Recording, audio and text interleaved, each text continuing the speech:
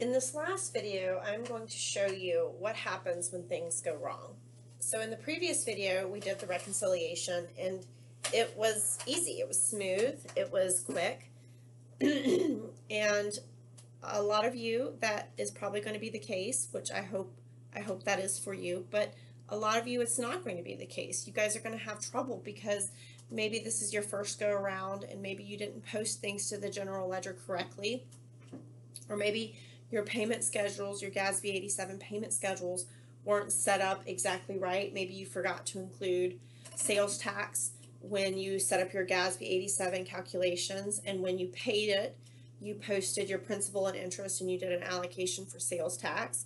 And so now that you're doing your reconciliation, your general ledger is not matching your payment schedules. And so now your reconciliation is all goofy and you're trying to fix it and you don't know how to do it. So,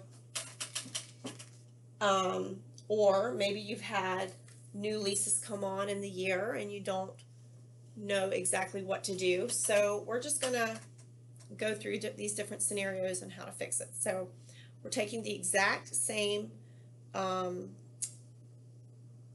business area that we worked with before, and we changed this line item and this line item to $200. So the principal before, and it was a certain amount, and now it's $200. I'm going to go find for this item here. I'm going to go find the lease ID. Now I found it helpful when Kelly and I were going through to identify each individual line item, what lease ID it corresponded to. So for this line item, it corresponds to this payment ID, this accounting doc number. It corresponds to this Conica 2105 lease. So I'm going to go to the payment schedule here. I'm going to find it here, and here it is right here. It is fiscal month 7. It's hard to remember, at least it may be, unless you're really good with remembering numbers, but the interest was $48.03. So we know that the interest posted correctly, but the $200 is wrong. And that can either be one of two things. Either the expense is correct, so let's say the bill was for $248. So in theory, the interest general ledger is correct. It's just the principal general ledger is off. So the question is did we post both the interest and principal off? Did we miscalculate our payment, our GASB 87 payment schedule?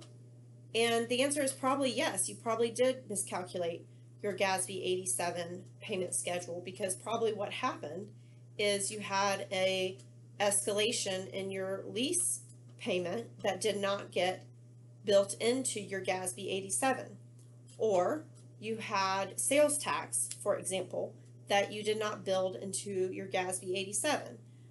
And you'll have, if that's the case, you're going to have to go back in and redo your GASB 87 payment schedules, because it has to match, unfortunately.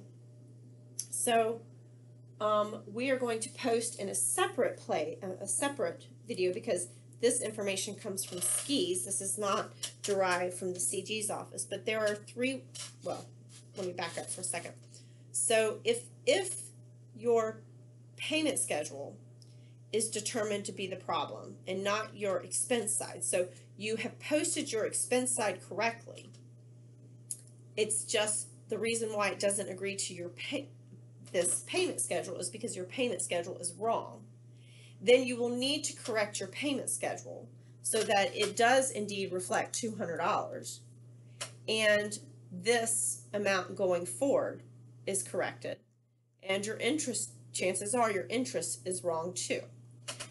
So you will need to go do a new GASB 87, and the downstream effect is your asset value is probably wrong as well, because your asset value is simply the sum of the principal, the future outstanding principal payments. So it would be the sum of principal payments from here on out.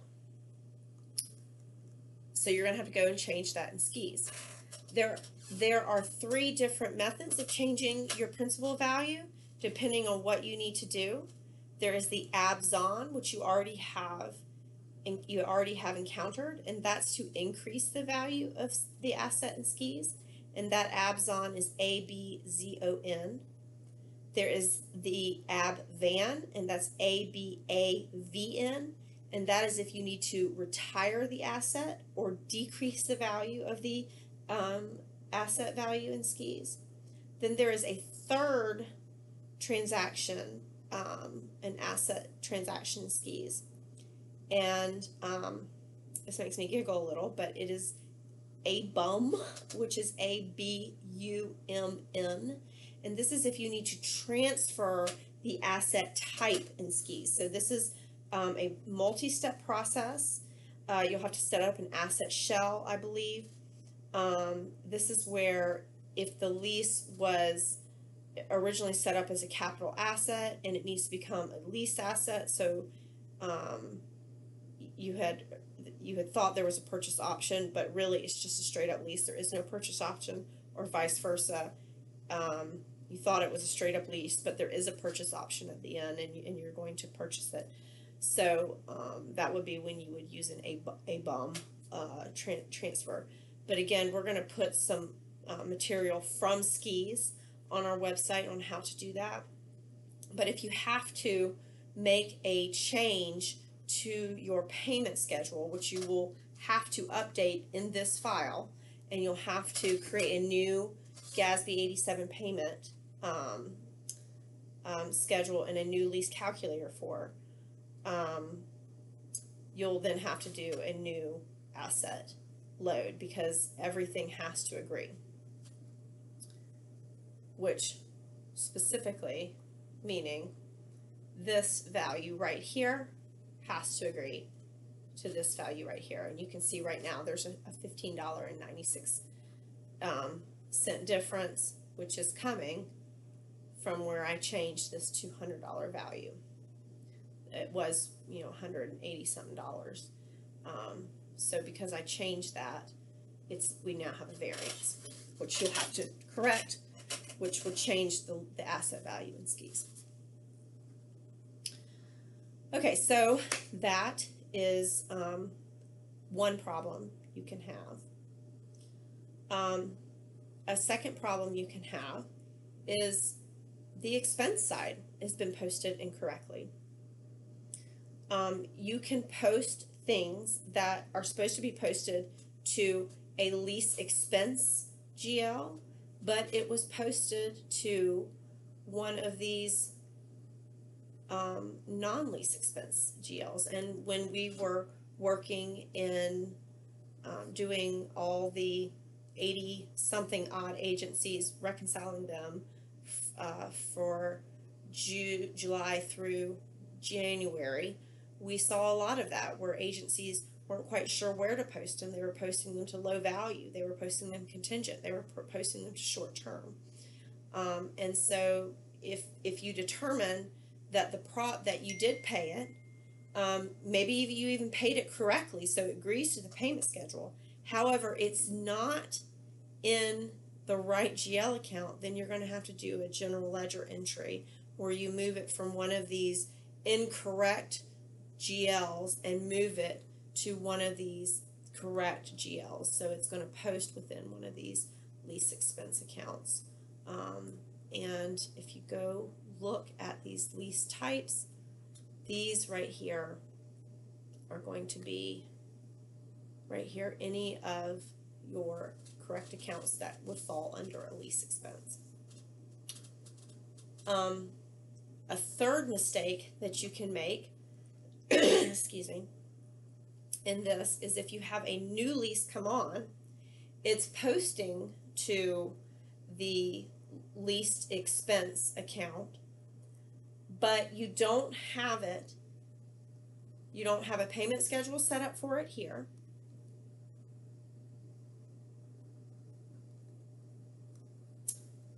you don't have it posted on your lease roll forward,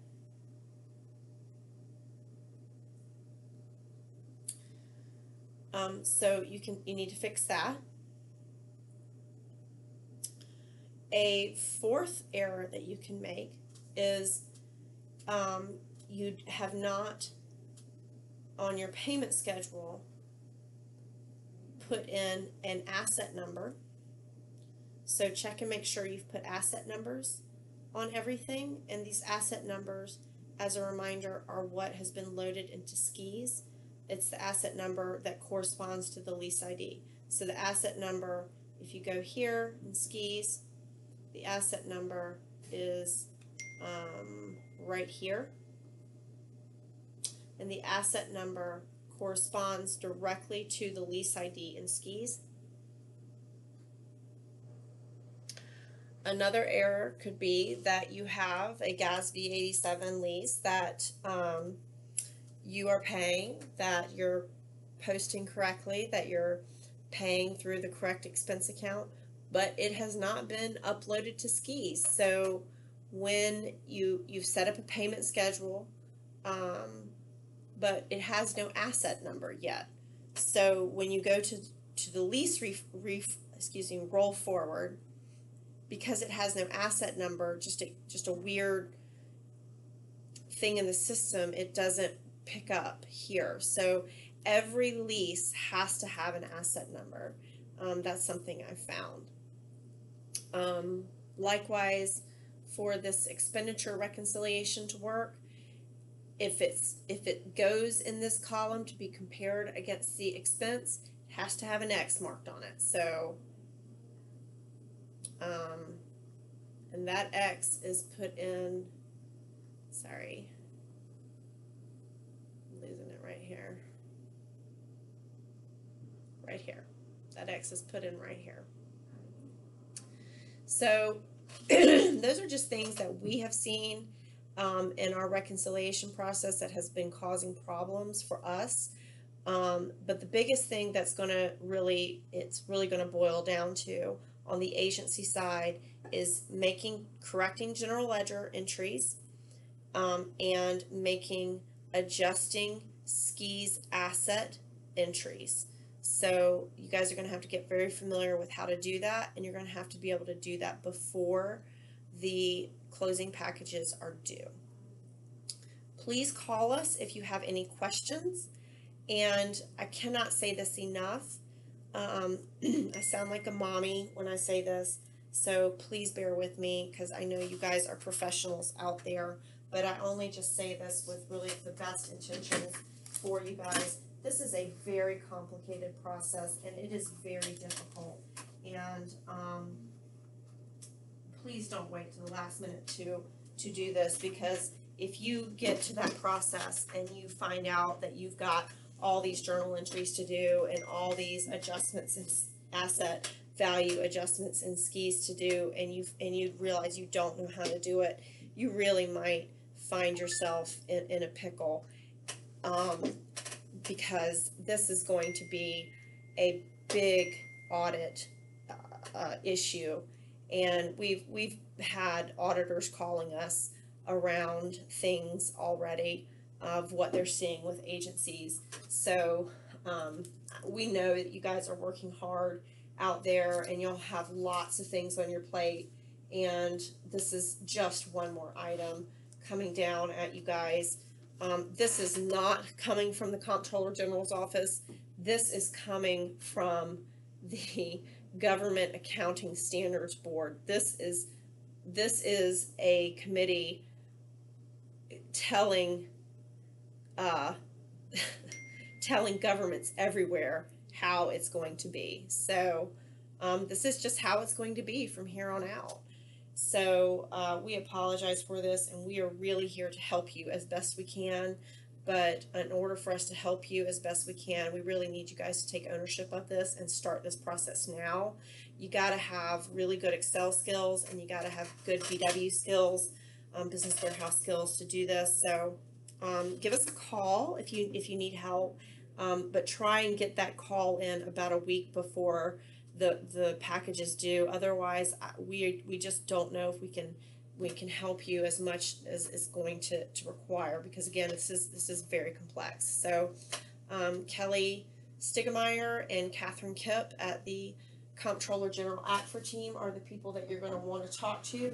Kelly Stigemeyer is the lead on this and really is going to know the most about it. And then myself, Catherine Kipp, can help you as well. So thank you for your time, and we appreciate you looking at the videos.